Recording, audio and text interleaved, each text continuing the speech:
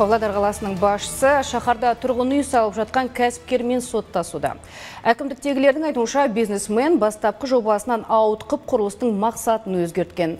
Сол себепті аяқталуға жақын қалған нысанды орнынан сүру қажет екен. Ал кәсіпкер болса, бюрократ биліктің кесірінен миллиондап шығынға ұшырайтын болдым дейді. Тараптардың тартысын өңірдегі тілшіміз Есенбек Санатұлы тарқатып берсін.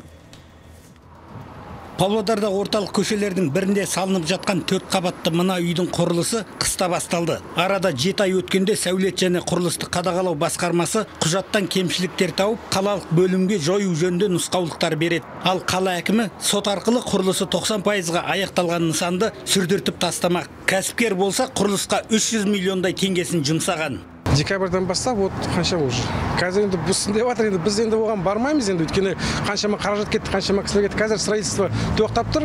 Кісілердің бәрін без содержания жібердік. Бізге до июня месяца, майдың аяғында 19 май ма сол кезде келді. Оған дейін ешқандай замечание болған жоқ. Сәулет және құрылысты бақылау басқармасындағылар әуел баста нысанның жобалық сметалық құжаты болған жоқ дейді. Тек қалалық сәулет бөлімінен құрылыс жүргізуге рұқсат алып бастап кеткен. Оның үстіне орналасқан орны өте тығыз, қауіпсіздік шаралары сақталмаған.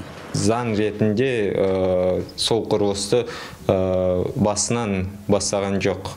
Ол біздің басқармадан рұқсаттама уведомление, талон уведомление алған жоқ, сәулет жобалау тапсырмасын алған жоқ, эскиздік проекті сол қалалық бөліммен келісімді жүргізген жоқ. Ал үй салуға рұқсат берген қала құрылысы және сәулет бөлімі болса, кәсіпкер нысанның бастапқы мақсатын өзгертіп жібергенін алға тартады. Разрешительные документы они получали на строительство индивидуального жилого дома.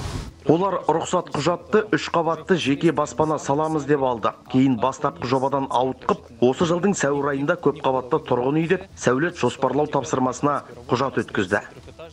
Павлодар қаласында соңғы 2 жылда нүктелі құрылыс жаңбырдан кейінгі саңырауқұлақша қаптап кетті. Көбісі рұқсат алғаннан кейін мақсатын өзгертіп жатады. Бастапқыда жатақхана деп салынып, кейін тұрғын үйге айналып кеткендері де бар. Бірақ әкімдік бұған дейін ешқайсысына да қабақ шытпаған. Айтпақшы, жуырда құрылыс алаңына сараптама жүргізген Антикор Павлодарда рұқсат қағаздың бас жоспарсыз-ақ оңды-солды берілетінін анықтаған.